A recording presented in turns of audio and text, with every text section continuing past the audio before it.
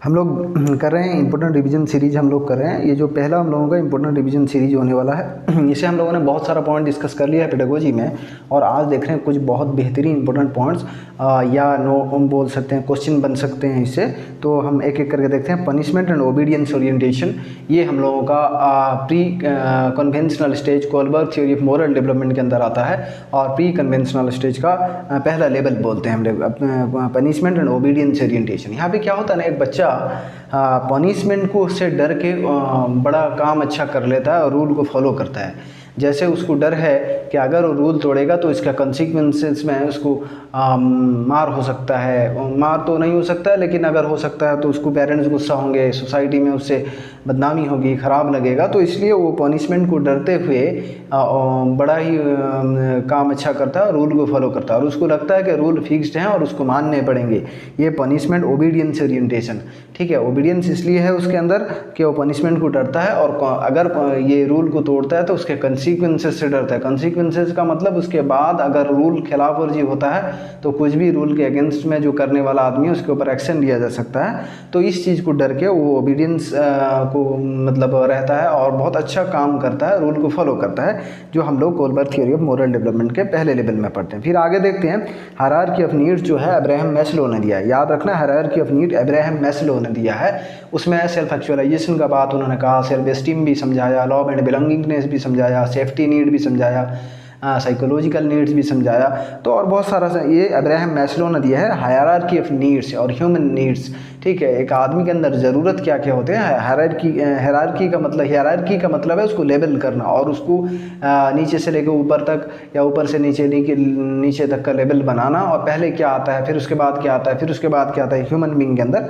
इसे हम लोग हायरार्की ऑफ नीड्स बोलते हैं, जिसे अब्राहम मैस्लो नाम के आदमी ने दिया है। इसे याद रखना है हम लोगों का। नेक्स्ट हम लोग बोलते हैं theory of learning by doing. याद रखना, वेरी इंपॉर्टेंट, जॉन डीवी ने दिया। Theory of learning by doing पे ऊपर काम किया अकेले जॉन डीवी आदमी ने, और उन्होंने कहा कि एक आदमी, एक बच्चा काम करके सीखेगा, लर्निंग बाय डूइंग, काम करके सीखेगा, जो भी काम करता है उससे बहुत कुछ सीखेगा, ठीक है। क्लासिकल कंडीशनिंग आता है, ये इवन पैवलोव ने दिया। इसे क्लासिकल कंडीशनिंग बोलते हैं, और पैवलोवियन कंडीशनिंग भी बोलते हैं हम लोग इसे, ठीक है। रेस्पोंडेंट कंडीशनिंग भी बोलते हैं। ये डॉग पे उन्होंने किया था, और इन्होंने conditional stimulus, conditional response, unconditional stimulus, unconditional response, सारे चीज़ पे उन्होंने बताया कि जो बेल बजाने पे डॉग ने सलाइवा ये सलाद टपकाया और खाना नहीं दिया गया, तो इस तरह का बात उन्होंने बताया था इवन पैवलोव ने, ठीक है। फिर आगे हम लोग देखते हैं सेकंड एनसीएफ कब बनाया गया। सबसे पहले तो 1975 में बनाया गया, फिर 1988 में बना, फिर 2000 में बना, फिर 2005 में बना, जिसे हम लोग बोलते हैं लास्ट एनसीएफ। याद रखना, तो हमको सेकंड पूछा है तो सेकंड का मतलब 88 में बना, 1988, नॉट 88 ओनली, हम लोगों ने ओनली लिख दिया है, लेकिन ये 1988 में बना सेकंड एनसीएफ। और नेशनल करिकुलम ऑफ फ्रेमवर्क, इसे बोलते हैं national curriculum of framework. National curriculum of framework 1975, 1988, 2000, 2005, 1975, 1988, 2000, 2005 में बना आखिरी। 2005 वाला जो हमारा फोर्थ, 1975 वाला पहला, 1988 जो है सेकंड, और 2000 वाला जो जिसमें रह गया 2000 वो थर्ड है, ठीक है। फिर आगे देखते हैं माई पेडागोजिक क्रीड, ठीक है। ये एक आर्टिकल जॉन डीवी ने लिखा है, ये आर्टिकल है जॉन डीवी का। याद रखना, माई पेडागोजिक क्रीड है। इन्होंने एक आर्टिकल लिखा था शुरुआत के दिनों में, इन्होंने जब काम कर रहे थे, तो इन्होंने लर्निंग बाय डूइंग के पहले इन्होंने लिखा था माई पेडागोजिक क्रीड, ये जॉन डीवी ने लिखा था, ठीक है। एक आर्टिकल उन्होंने लिखा था। Toilet training of the child should be proper at which stage, कौन से स्टेज में टॉयलेट ट्रेनिंग बच्चे के अंदर बहुत बेहतर होना चाहिए। हमने पढ़ा था theory of psycho social development, जो एरिक्सन ने दिया।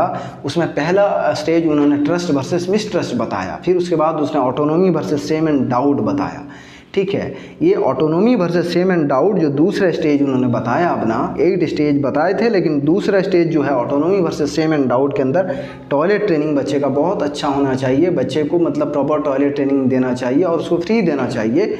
कैसे हाथ धोना है, अपना फ्रेश होना है, बाथरूम जाना है, पेशाब जाना है, यूरिनेशन के लिए जाना है, टॉयलेट जाना है, ठीक है, पॉटी जाना है, इस तरफ का पेरेंट्स उसको फैसिलिटेट करें और उसके जाना दें। ऐसा नहीं कि खुद करा रहे हैं, खिला रहे हैं, पिला रहे हैं, तो इससे जो है चाइल्ड जो है अपने अंदर डाउट करना शुरू करेगा, और सेम जब शर्मिंदगी महसूस करेगा अपने दोस्तों को ये काम करते हुए देखेगा, तो दोस्त कर रहे हैं, हाथ धो ले रहे हैं, खा ले रहे हैं, लेकिन मेरे पेरेंट तो मुझे खिला रहे हैं, मेरे पेरेंट तो मुझे हाथ धुला रहे हैं, मेरे पेरेंट तो मुझे बाथरूम लेके जा रहे हैं, तो अपने आप को सेम शर्मिंदगी महसूस करेगा। इसीलिए इसका नाम autonomy versus same and doubt रहा। अगर ऑटोनॉमी आपने पेरेंट्स ने नहीं दिया बच्चों को तो उसके अंदर डाउट भी हो जाएगा और शर्मिंदगी सेम भी पैदा होगा, जो हम लोग एरिक्सन के theory of psycho social development के अंदर देख रहे थे। फिर आगे देखते हैं concept of kindergarten, Friedrich Froebel ने दिया। याद रखना, फ्रेडरिच फ्रोबेल ने बताया कि कॉन्सेप्ट ऑफ किंडरगार्टन, बच्चे स्कूल जाने से पहले एक स्कूल जाएंगे जिसे प्री नर्सरी स्कूल भी कहा जाता है, और वहाँ पे बच्चे जो है ड्राइंग करना, गोल गोल घुमाना खाते पे, और ऐसे ही कुछ भी चीज़ें खाते पे बनाना या ऐसे घूमना, मतलब कुछ भी करना, तो ये स्कूल को हर बच्चे के अंदर बैठ के सीखना, तो ये फ्रेडरिच फ्रोबेल ने बताया, जिसे हम लोग कॉन्सेप्ट ऑफ किंडरगार्टन बोलते हैं। किंडरगार्टन लिखा जाता है लेकिन पढ़ा जाता है किंडरगार्टन, ठीक है। फिर आगे हम लोग देखते हैं फंक्शनल फिक्सनेस, एक कार्ल डंकर ने बताया।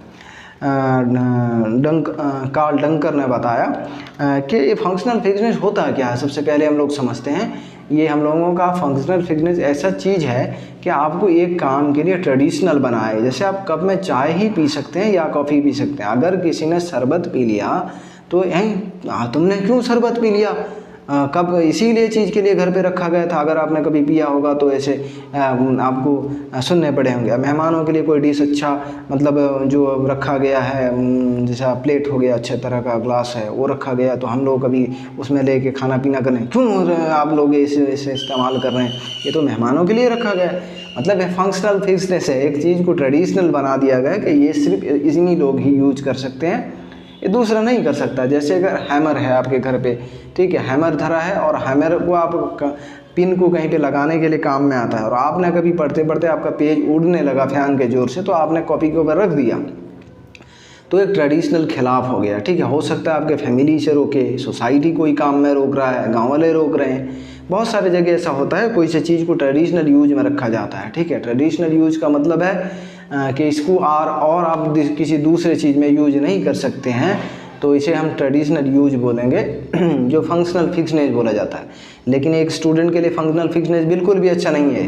प्रॉब्लम सॉल्विंग कैरेक्टर डेवलप हो जाने के लिए एक स्टूडेंट के अंदर उसे फंक्शनल फिक्सनेस से निकलना होगा। वो हर चीज़ को हर तरह के ढंग से ओपन माइंड से कर सकता है, उसको जैसा दिल लगे वैसा करे। हैमर को अपने कॉपी का पेपर वेट बनाए, या उसको लेकर कहीं पर पिन को लगाने में काम करे, या किसी दूसरे एक्सपेरिमेंट में उसे लगाए, जैसा भी कर सकता है वो करे। लेकिन इसे हम लोग फंक्शनल फिक्सनेस, अगर कोई ट्रेडिशनल काम के तक महदूद रखा गया किसी काम को और आपको उससे निकलने नहीं दिया गया और बोला गया नहीं ये काम के अलावा आप इससे और दूसरा काम नहीं कर सकते, तो इसे हम लोग फंक्शनल फिक्सनेस बोलते हैं। ये कार्ल डंकर ने दिया, ठीक है। फिर आगे हम लोग देखते हैं ADHD को हम लोग बोलते हैं attention deficit hyper activity disorder. Attention deficit hyper activity disorder, इसका मतलब ये है कि ये एक लर्निंग डिसेबिलिटी नहीं है, लेकिन लर्निंग को अफेक्ट करता है। याद रखना, एक लर्निंग डिसेबिलिटी नहीं है। जैसे डिसलेक्सिया है, हम लोगों का डिसलेक्सिया है, तो वो एक लर्निंग डिसेबिलिटी है, और डिसग्राफिया है, ठीक है। लेकिन ADHD एक लर्निंग डिसेबिलिटी नहीं है, ये अटेंशन खुद से कम जाता है। बच्चा क्लास में बैठा है लेकिन टीचर क्या बोल रहा है पता नहीं, उसका दिमाग कहीं दूसरे तरफ।